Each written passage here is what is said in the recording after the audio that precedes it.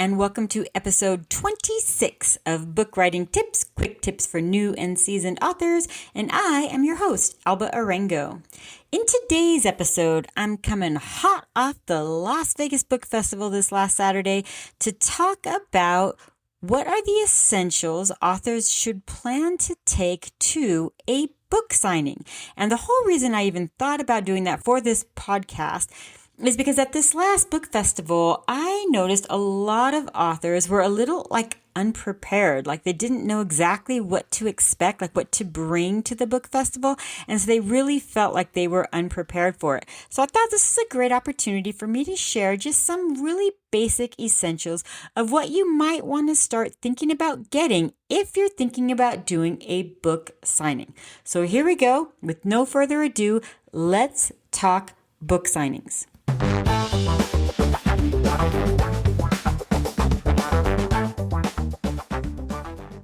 Alrighty then, today's episode will be in two parts as always. In part one, I'm going to talk about what, in my opinion, are the bare essentials, what you really, in my opinion, need to have for your very first book signing. So even if your book hasn't come out yet, these are things I think you should start thinking about getting if you're planning on doing a book launch for your first signing, or even if you're just thinking like, hey, I want my first signing to be kind of mellow and I'm going to have it at a coffee shop, then these are the things I really think are the essentials you need to get.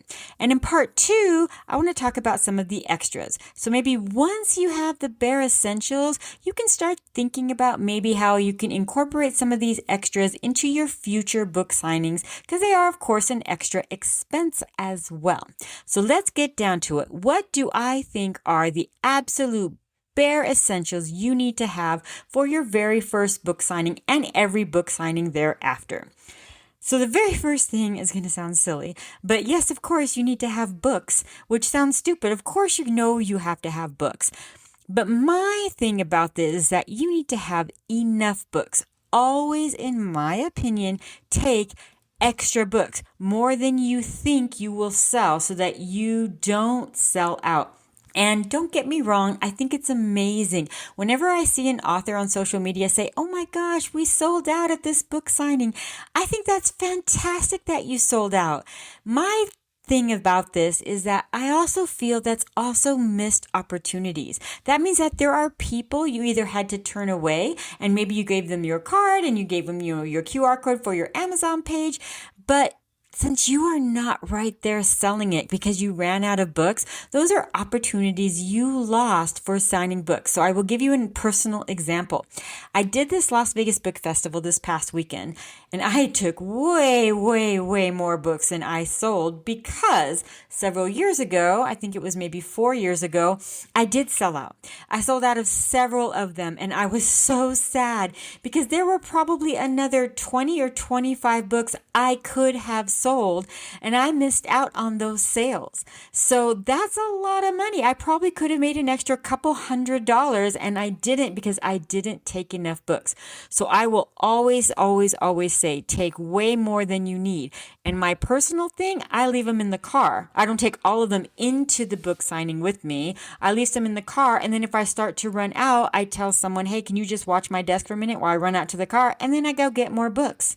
Now, if you're doing your first book signing at, say, a Barnes & Noble or another bookstore, and they order the books for you, I would also suggest you have an extra box of books in your car, because what can happen is that once Barnes & Noble sells out of the books they pre-ordered for you, if they still have time left in you, let's say you had a 3-hour signing and there's still an hour left in your signing, what at least I know the Barnes & Nobles do out here in Vegas is they will, if you have an extra box of books with you, they'll buy them on consignment. And then that way you can bring them in and you guys can both still sell books and you'll both still make money for the rest of that day. So you don't sell out, you have enough. That is my personal opinion. Not everyone agrees with this, but I see this as an opportunity to always have extra books with you. So that is, I know it kind of sounds silly that my first suggestion is to have books at your book signing, but I think really have enough books that you don't sell out. My personal opinion. All right. Of course, all of these are my personal opinion of what I think the essentials are. The next one is I do suggest that you invest in a nice tablecloth.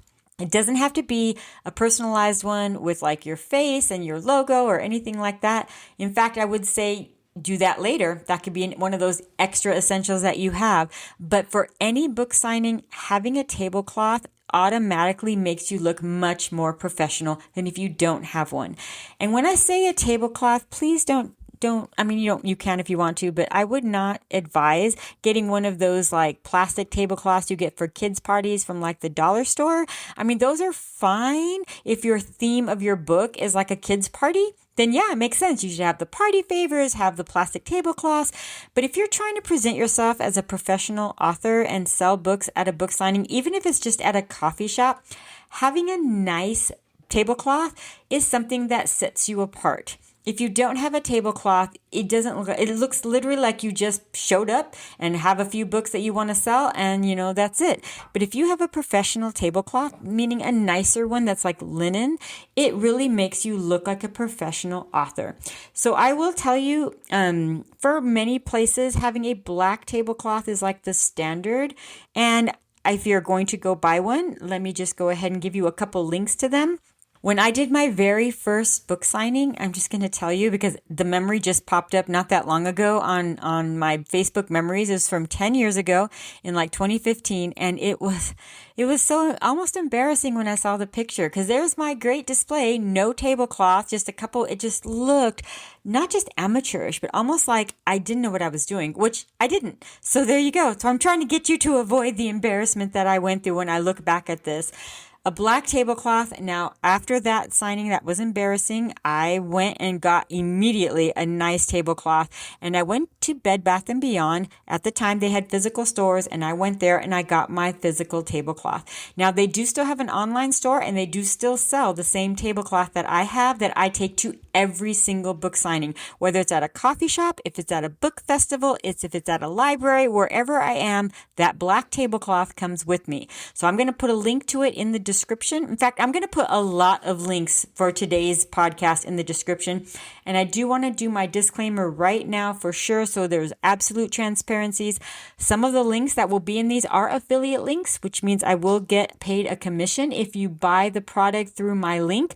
But just so you know, it's not like I make a ton of money off of this. My last Amazon affiliate link was 96 cents. So I'm saying if like 10 of you get out there and you buy my stuff, I might make enough money to get a fancy coffee. But if you would like me to have a fancy coffee, then by all means, click on the links in my thing. And that if you're interested in buying them, then buy them through my links.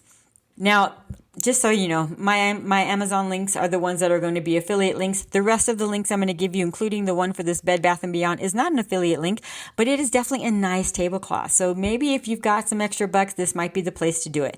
So I will send you the link. You do want to get about a 60 by 120 black tablecloth because that's the perfect size for a book signing at a 6-foot table. You can also get smaller ones if you know you're going to have a smaller table as well.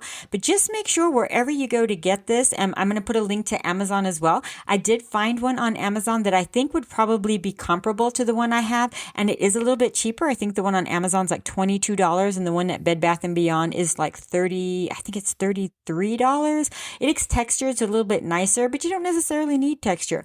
The only thing I'm going to recommend to make sure that you get when you get your tablecloth is get one that's wrinkle resistant, because you are going to be folding that thing up and putting it in a box or in a suitcase to transport, and you don't want it to wrinkle, and definitely one that is washable.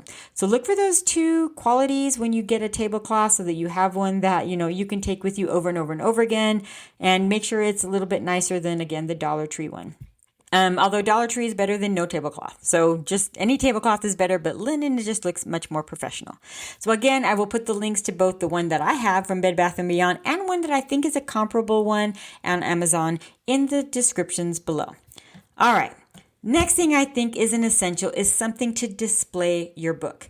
And what I mean by that is it can be just like a single stand, so you have one book just leaning in a little, almost like a plate holder, right? A single stand. In fact, if you can use a plate holder, that would be great. But I have found plate holders don't serve well for books. But I am going to put links to a couple of the ones that I have down in the description below as well. If you only have one book, or if you're doing a book launch where you're only going to be having one book, then just a single one is fine. You can have a stack of books behind it, so it looks like you've got quite a bit of stuff. But the single ones that I got at Michael's back in the day, for like maybe 6 or 7 years ago. And you always get those 20% off coupons for Michael's. So I would get one at a time, and I would just keep going back and getting them. But from what I noticed from their website, they don't sell the exact same ones I have anymore, but they do have a comparable one, and it is $5.99. So again, if you get the coupon, then that's someplace you might want to do. But if you would rather go through Amazon, I did find one that's comparable. That's a foldable one. You can get single ones at the dollar store. I have several of them. Those were the first ones I ever got, and they're really cute, and they were like super cheap at the time, $1. Now they're probably $1.25 or $1.50. Still very, very affordable. The only thing I don't like about them is they're not foldable. So the ones that I have from the dollar store, they're not foldable, so they're hard to transport, like from home inside of a suitcase or a box, because they don't fold. So the ones from Michael's and the ones that I'm going to link to in Amazon sells a 3-pack for $11.99, which is a pretty good price. Those are foldable, and they're so much easier to transport. But that just gives your book the sort of attention grabber because it's on display. So you could have the stack of books behind it, and then that just kind of showcasing your book. And I think that looks a little bit better than if you just have a stack of books and one of the books leaning on the books, which is also acceptable. But this is just for not that much, just a few bucks, makes it just a little bit nicer. And if you have multiple books, like once you have like 3 or 4 books, then I would definitely recommend getting like a book stand. And these are like, those displays are so nice. I get compliments on them from other authors at almost every single book signing that I do. Authors are always like, oh man, I really need to get one of those. And the answer is yes, because they're tiered. So you can display multiple books like behind each other, and it's so, so nice. And I'm going to put links to 2 different ones there that I use. One is a bigger one because I do have 13 books. So I have a bigger one when I have a bigger table that I can display. But a lot of times I only have a 3-foot table. So I have one that's like 18 inches, and it's wonderful. And I can display my books in tiers so people can see them. And it's so, so nice. So I'll put links to those in the description as well. And the last thing that I consider an essential to take to any book signing that you are going to do, the last thing is business cards. And to me, that's really something a professional in any profession should have, is a professional business card. And you can get them fairly inexpensively. I've gotten them at Vistaprint fairly inexpensively, especially if you get a coupon. Oh my gosh, then they can really be affordable. But I think this last time I got them from Zazzle. And I will put links to both Vistaprint and Zazzle in the description below. But there's lots and lots of places that do business cards. I mean, you can get them from Office Depot, especially if you get coupons from places like that. You can get them from Gotprint, I think Etsy. I mean, Canva, I think, even has them where you can order them. And most of these places have templates. So you don't even have to design it yourself. You can literally use their template and just put your own picture or your own designs, your own sayings. Just make sure that you have a business card to give to people who come up to your table, so they have something to take home that has the place where you can buy the book on that business card, whether it's your website or a QR code to your Amazon page, but something that this person who takes your business card home has a place where they can find you online to buy that book if they decide to buy it later. Now, these are the absolute essentials I think every author should have when starting to do book signings. Now, before I get to the extras, it's time for the crazy law / writing prompt. And if you're new to the show, every week I give you a crazy law, and this is a law that was actually a real law in history once upon a time. And the challenge is for you to write a story about that law as just kind of a way to flex those writing muscles so that you don't forget how to, get away from your work in progress and just kind of write some kind of a fun short story on something that's kind of bizarre and fun. So this week's writing prompt / crazy law. Here we go. In the state of Mississippi, it is against the law to play the Missouri Waltz on the piano at any hour of the broadcast day. Now that to me is just a totally fun prompt to write a crazy law as to why they actually felt they had to make that a law. So there you go. That's your challenge for this week. Now let's move on to part 2, the extras that if you have some extra money, I think could be a good thing to invest in for future book signings. The first one is bags, something to put the book in once they have purchased it. Now, a lot of authors I have seen, including myself, start off with having those kind of bags that are like cartons that have the little handle that you can put it in, and you can print off stickers and then you can put your logo on them. And that's a cheap way that someone can take home something that is for you. And I did that. For my several first book signings, I would go to like Michael's and I would buy a bulk of them as cheap as I can, again with a 20% off coupon. And then I would print off stickers and I would put the stickers on them. And I did that. And I did that for a while. And then I had an author suggest to me about this.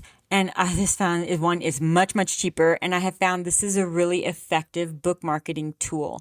And that is to get clear plastic bags. They need to be sturdy, and you can get them in bulk, like 500 or 1,000, and they're clear. They're like clear bags with handles. I get them from Amazon pretty cheaply, but you can get them from almost anywhere. And they are clear. And the reason that author suggested to me, which is the reason why I am suggesting is to you, is that you put your book after it's been purchased in that bag at, say, a book festival, and people walking around are walking around with your book in a clear bag that everyone can see. And I know this works because I have had at least one person, I think 2 people, but one person for sure, who told me that they saw my book cover walking around in someone's bag, and they actually stopped the person and asked them where they got that book. And I had a second person do something similar to that as well. It wasn't at a book festival, it's something similar. So I know it works. And to me, that's just an easy, no-brainer book promotion. Like, you literally have your book, the pictures, literally they're walking around with your book and people can see it. And that's a great way to advertise your book without spending any extra money. And to me, that works better, more effective as a book promotion than the bag with your sticker on it. That, again, is just a suggestion, just my recommendation. If you've got some extra money and you want to get bags, that's an easy way to help promote your book without spending a lot of extra money. All right, other promotional items. And these are things that you want to just have at your table that people can take. Always, always, always, no matter what the promotional item you get, make sure you have your website on it. The place where people can go to find out more information about you and your books. Whatever a promotional item you get, put that website on it. So some popular ones that I have used are definitely bookmarks. In fact, if I was only going to get one promotional item, that is the promotional item I will get, because everyone who buys a book is a reader or is giving it to someone to read, and a bookmark was a great way to advertise yourself. And if you have multiple books and they buy the first book, that is the easiest place for them to see where to go to buy more books. So bookmarks are great. And again, you can get them from places like Vistaprint, Gotprint. Just do literally a Google search for customizable bookmarks and you're going to get a bunch. You can even make your own bookmarks, which I have done as well. I made some pretty cool ones one time for a book launch where I literally just dyed like cardstock in like coffee and made it look like parchment, and I burned the edges, and it was very, very cool, but it did take a lot of time. So just kind of remember that's got to go into it as well. Other things that I have used postcards, and you can get postcards really cheap, and you can use them to like advertise your upcoming book. I mean, you can use them to advertise the series. You can use them to advertise whatever it is you want to advertise about yourself, even your website. And book postcards are actually really, really cheap to make in big quantities, small quantities. Again, Vistaprint, Gotprint, all these places are great for that. Other things I have used pens. The pens are getting a little more pricey now to buy, even in bulk. So I'm thinking of looking into pencils that might be a little bit cheaper. Not as cool, but promotional items can get expensive. So definitely look for those good deals. I've used stickers. I've bought blank stickers that you can actually customize and print them yourself. I find it's just easier, and you can get really cool designs on places like Vistaprint. I've used buttons like pins that you can buy, but again, those do run quite a bit of money as well. More inexpensively, I've done door hangers, and you can get some door hangers for a really good price, and they last you like forever. Especially if you get like 500 of them, they last forever, which is kind of nice. And then if you want to change up the design or just print more, you can do that. A lot of authors do keychains. I don't do keychains. I find that keychains are one of those kind of things that are kind of a hassle, and people end up just getting rid of it. But wristbands, oh my gosh, that's probably the thing that my latest thing that I have. I bought a whole bunch of them, and boy, are they popular. And remember, I do sell kids books, but a lot of adults get the wristbands to wear themselves. So it works pretty cool. And of course, it has the name of my series, the decoders on it, as well as my website. So Again, just one last reminder, whatever promotional items you get, you can even do a search online for promotional items and you will get a gazillion different things. So look into them, something that matches your style, something that matches maybe your book theme, something that matches you and what you want to advertise. Just make sure whatever promotional item you get, it has your website printed on it. All right, that's it for now. Again, don't forget to check the description to see all these websites that I have directed you to so that you can find these items easier. And make sure you tune in every week. I do a new podcast episode every Wednesday, so stay tuned next week. Until then, be safe, and I will see you all next week.